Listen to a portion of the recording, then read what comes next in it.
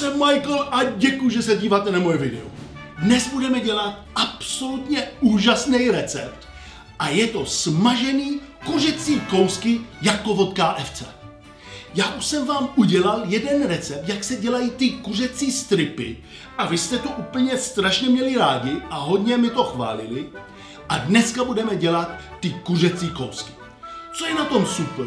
Že vevnitř to maso je šťavnatý, zvenku je to chřupavý. A hejte, já to dělám určitě často, protože strašně to mám rád.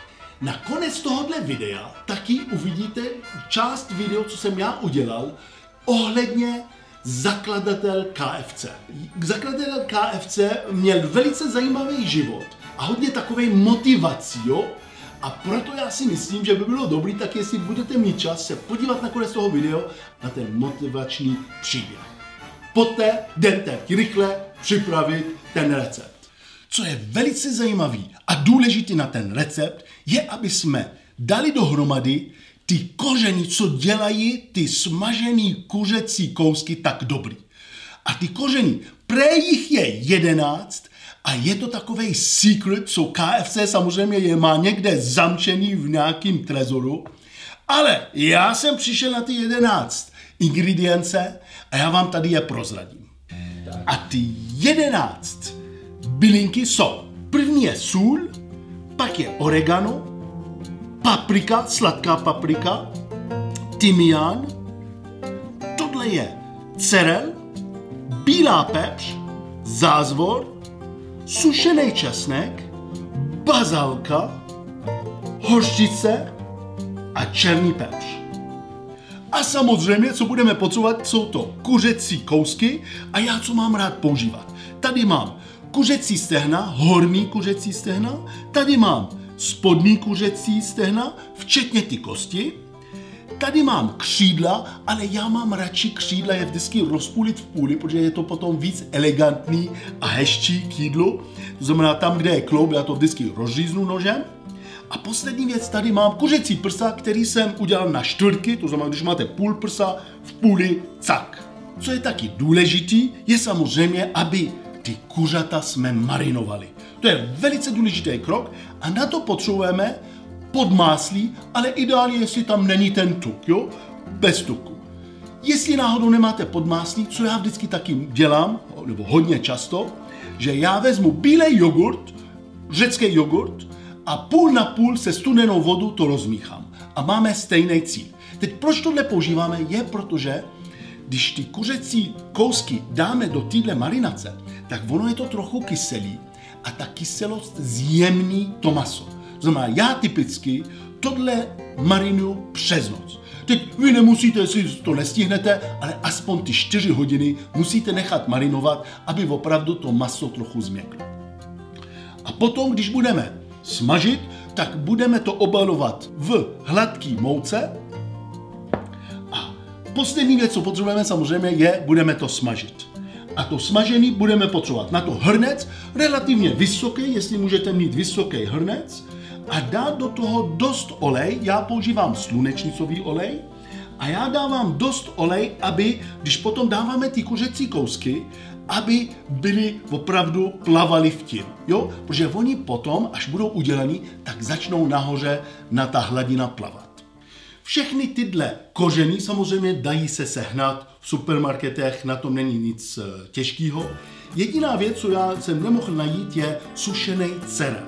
A sušený cerel je velice jednoduchý udělat a já to používám hodně ve všech marinace, protože přidá to k tomu úžasnou chuť.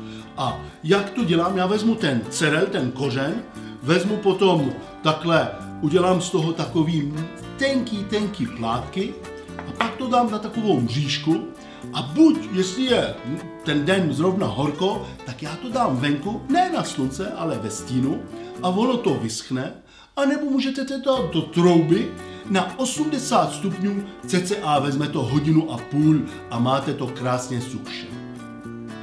Další ingredient, co já vám doporučuji, abyste dělali, a to je ty bylinky, abyste sušili vaše vlastní bylinky ze zahrady, anebo jestli to máte na balkonu. Hodněkrát, já když jsem koupil ty bylinky, tak bylo to v sáčku, otevřu ho, žádná chuť tam není, ale když já vždycky to vezmu ze zahrady, ustřihnu listy, já je potom dám na takovou mřížku, zase dejte to venku, když je horko a ono se to rychle vysuší, anebo můžete taky to dát do trouby zase na pár minut, protože to jsou jenom listy a pak to jenom rozdrtíte a máte úžasný chutě. Takový, který nenajdete nikde. A to má velký vliv potom na chuť i to jídlo, co děláte. Jo? Proto je to tak důležité, aby chuť ty bylinky byla velice intenzivní. První krok, budeme marinovat ty kuřecí kousky. A to je velice jednoduchý. Já vezmu malinkou lžičku a vždycky od každé tenhle ingredient těch bylinky vezmu půlka téhle lžičky a dám to do velké misky.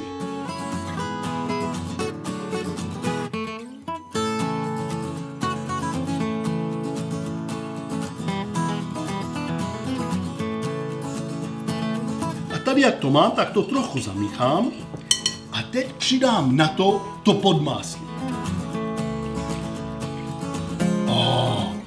Voní to krásně, už ty bylinky, to je úplně suprový a zamíchám to, jo? A teď já jsem přidal tyhle bylinky, protože teď, jak budeme marinovat to maso, tak já chci taky, aby to maso dostalo tu úžasnou chuť, jo? Proto to takhle děláme. A teď vezmeme tyhle kuřecí kousky a dám to do té marinace. A to je všechno. Pár minut dřív, než budeme smažit ty kuřecí kousky, tak já připravím ten obal, v čem budeme obalovat ty kuřecí kousky. A to je ta hladká mouka, to dám do větší misky jenom a přidám všechny tyhle ingredience do toho.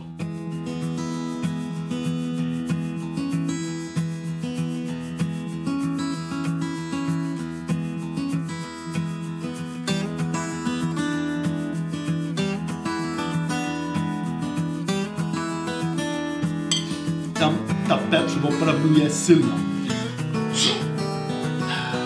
Tady ono je to plný toho koření a to množství je dost veliký, protože my chceme, aby opravdu ty kuřecí kousky byly velice chutný a tam je důležité dát dost těch bylinek.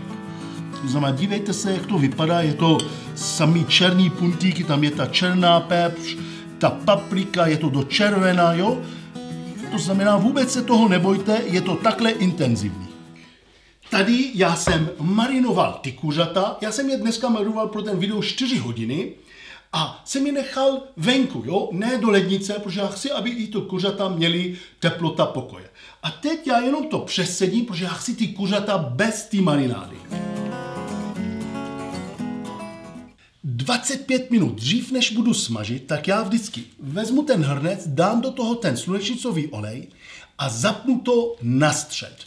Já nechci, aby ten olej se mi připaloval, protože potom to není chutný, to znamená, já potřebuju na to teploměr a já hledám, aby ten olej byl 160 stupňů. To znamená, já to dělám pomalu, sice to vezme 25 minut, vůbec to nevadí, ale potom já, když dám ten teploměr do ten olej, tak se dostanu za těch 25 minut na tu teplotu 160 stupňů. Tady jenom chci vám upozornit, že ten olej, jak je 160 stupňů a budeme smažit ty kuřata a bude to prskat a dělat různý ty věci, tak nedoporučuji, aby děti byly u toho. Dokonce moje maminka mi vždycky zakázala, abych jsem byl u toho oleje, až když mi bylo 25 let. Až potom mi povolila, aby jsem mohl u toho být. A teď, co vám doporučuji, abyste si pořídili nějaký velký takovej igelit a já dám tu hladkou mouku a ty bylinky do toho a vezmu ty kuřata, který už nemají moc té marinace na to a dám to do toho sáčku a budu to šejkovat.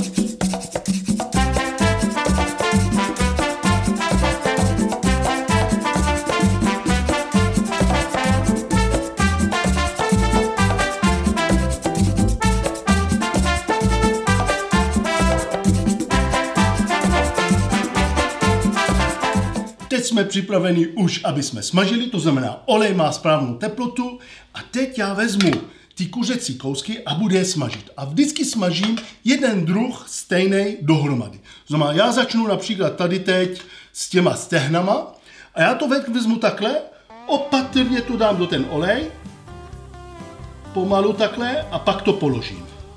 A typicky já nedoporučuji, aby jsme dali víc než těch 5 kusů do toho oleje, protože potom ta teplota toho oleje sejde dolů. Jo, a to nechceme. My chceme furt, aby tu zůstalo kolem těch 160 stupňů. Už je to 18 minut, co se to smaží a já to teď vyndám. Tady je velice důležité, aby opravdu jsme čekali těch 18 minut. To je, když dělám ty stehna. Jo? Ty stehna, protože tam je ta kost vevnitř, to opravdu vyžaduje ten čas. A teď já tohle vyndám a dám to tady na mřížka. Tady je velice důležité, aby byla mřížka, protože ono to musíte trochu, to maso si odpočinout, jo? A musí se to odpočinout minimálně 10 minut. To je velice důležité, protože ještě ty šťávy jsou jako neroznešený všude a musíme počkat. Ale to nevadí, protože já začnu druhou várku.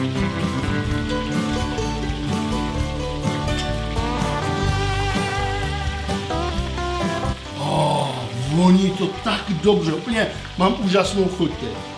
A teď dám druhou várku a zase dám to, co je ze stejného druhu stejně, jo, do toho.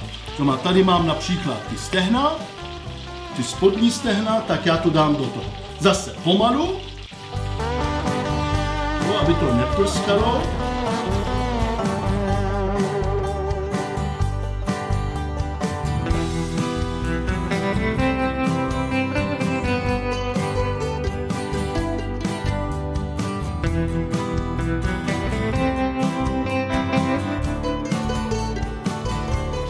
Takový velice důležitý tip, protože my chceme, aby to maso bylo udělané, tak já použiju vždycky teploměr a dám to do toho masa blízko ty kosti.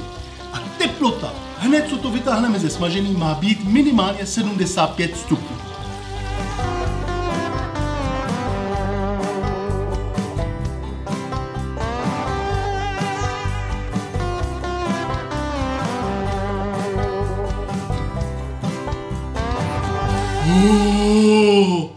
Voní to tak dobře. Tohle je superový.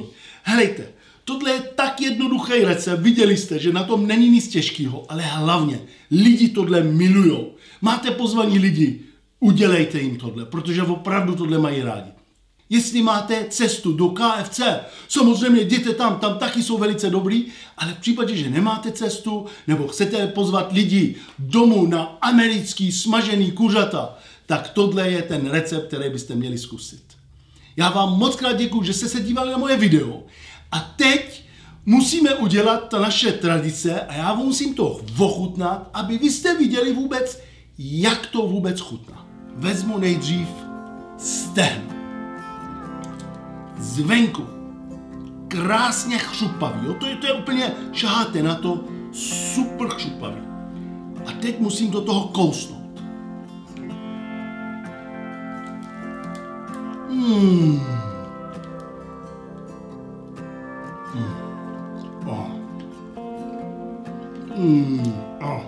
No.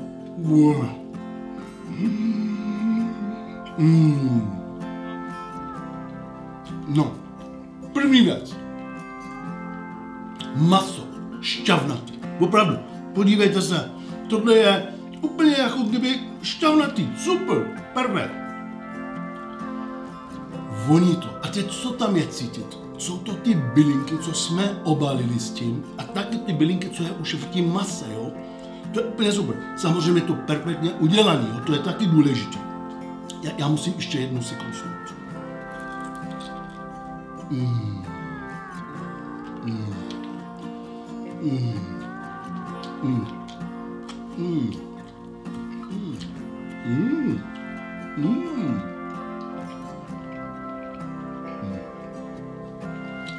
To maso se rozpadává. Ten obal, no helejte, to je tak bombastický. To je jako kdybych teď byl v Kentucky.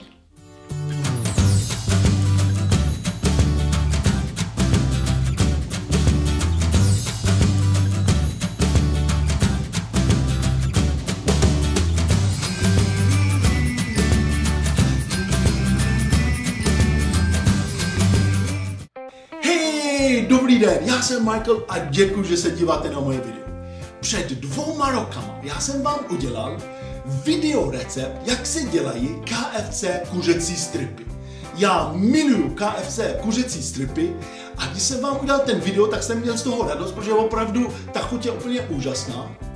Ale co po ten video, když jsem to potom natáčel, tak jsem začal mít zájem, o kdo založil KFC. A čím jsem víc o tom slyšel a četl, tak jsem byl ještě víc úplně inspirovaný, co to byl za úžasný člověk. Tak jsem řekl, že musím vám o něho říct. Jestli plánujete, abyste začali váš biznes a se bojíte, samozřejmě to je logický, tak tenhle video vám určitě strašně pomůže a vás bude inspirovat, abyste rozhodli správně. Zakladatel KFC se jmenuje Harlan Sanders, on je z rodiny, která je farmářská rodina z Indiana v Americe a když mu bylo 5 let, tak bohužel jeho tatínek onemocněl a umřel. A jak umřel, tak ta maminka musela okamžitě jít pracovat do továrny, aby mohla uživit její děti. On mu bylo 5 let a měl mladší bratr a mladší sestru.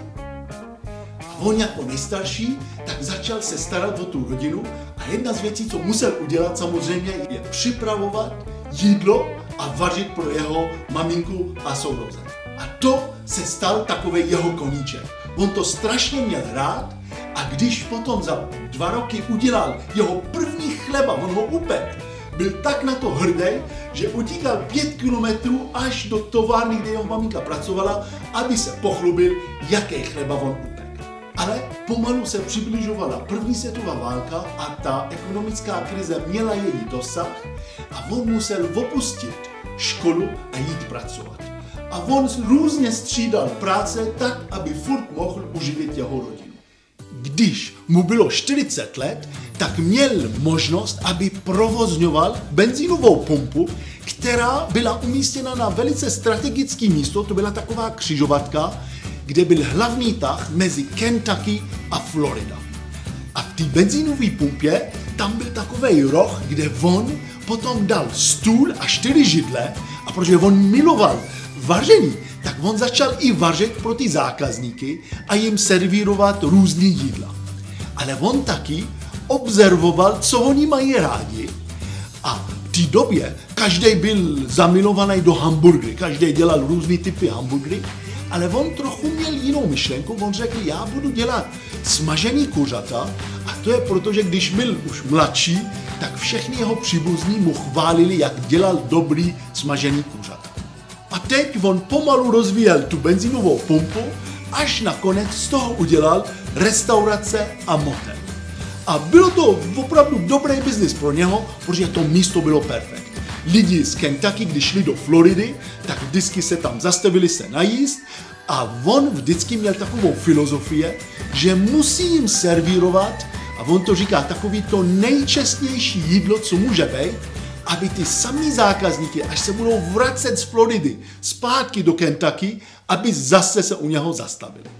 On ten biznis furt budoval, to znamená měl zase větší restaurace, větší motel a on myslel, že takhle on půjde do důchodu, bude mít takovej hezký koníček, bude se o to starat a to bude ten jeho důchod.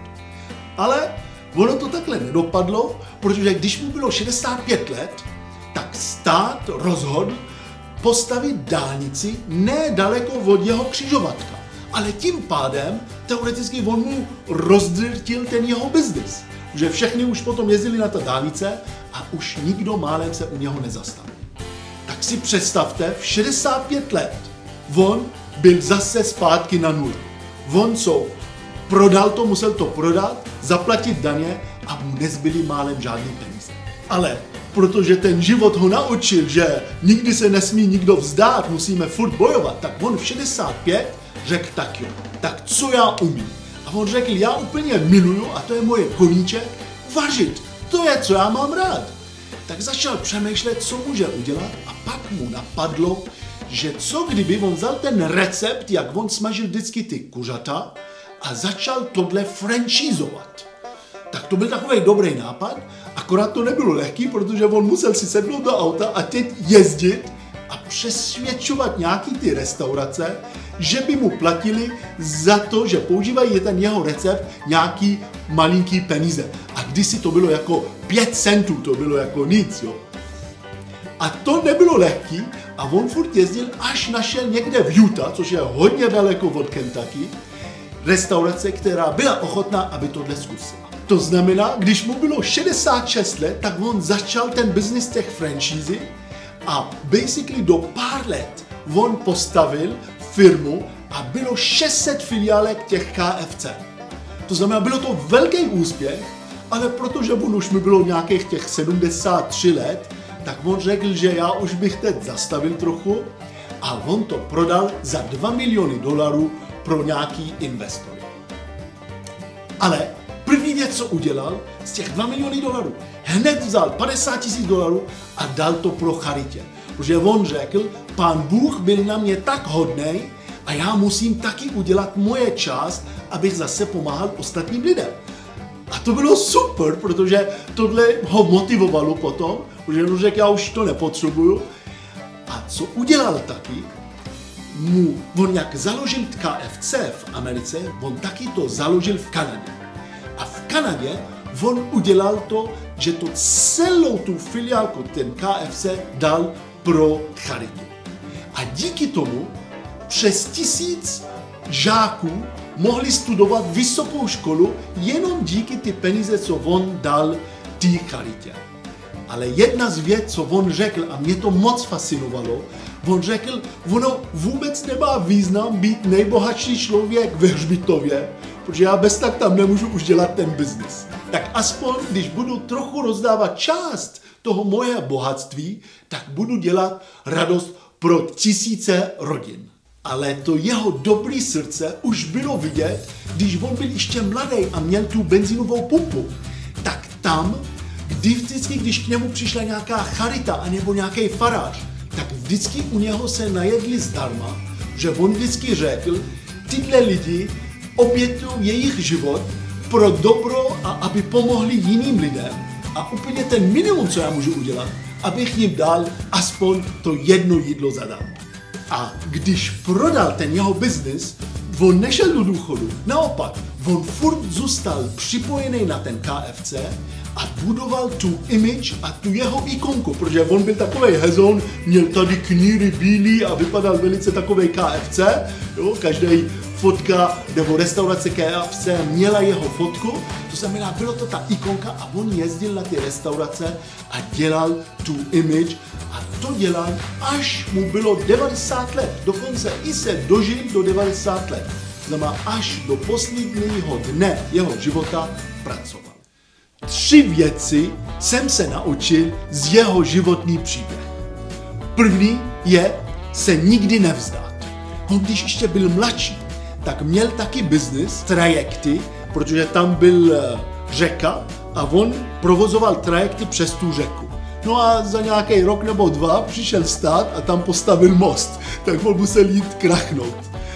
A pak za pár let on chtěl vyrábět žárovky na základě kerozén a potom přišla ta elektrika, tak začaly se dělat žárovky na základě elektriku a taky ten jeho biznis úplně krachnul. A samozřejmě pak byl ten jeho restaurace, kde zase vláda postavila dálnice a on taky musel v 65 končit. Ale nikdy on se nevzdal. OK, dostal ráno, on se takhle oklepal a pokračoval dál. Druhá věc, která taky mě úplně zaujala, bylo, že jeden člověk s dobrou myšlenkou nakonec nabízí práce pro 100 000 zaměstnanců.